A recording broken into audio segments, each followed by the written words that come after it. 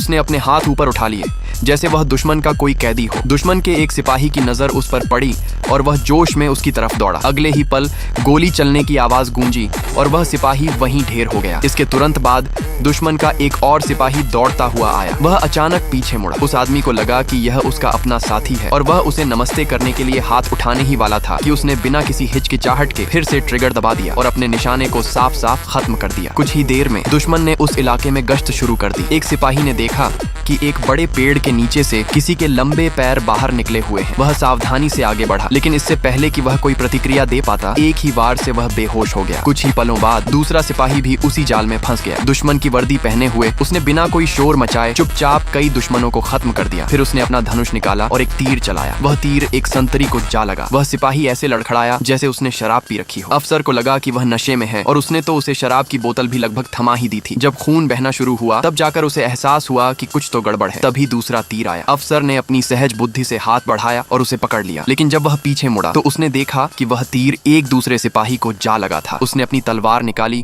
और तेजी से एक पेड़ के पीछे छिप गया। अपनी सांस रोककर उसने आने वाले कदमों की आहट सुनी। उसने अपनी तलवार फेंकी, लेकिन वह निशाना चूक गई। दुश्मन उसकी उम्मीद से कहीं ज्यादा छोटा कद का था। जब उसने फिर से कदमों की आहट सुनी तो वह तेजी से पीछे हट गया। दुश्मन के दो सिपाही पेड़ के पीछे से गुजरे। उसने बिना किसी हिचकिचाहट के गोली चला दी और वे दोनों वहीं ढेर हो गए। जब वह अपने कैंप में वापस लौटा तो उसने देखा कि झाड़ियों में उसका एक साथी छिपा हुआ है। उस आदमी ने बिना किसी हिचकिचाहट के गोली चला दी। तभी उसे एहसास हुआ कि दुश्मन भी भेष बदलने में उतना ही माहिर है।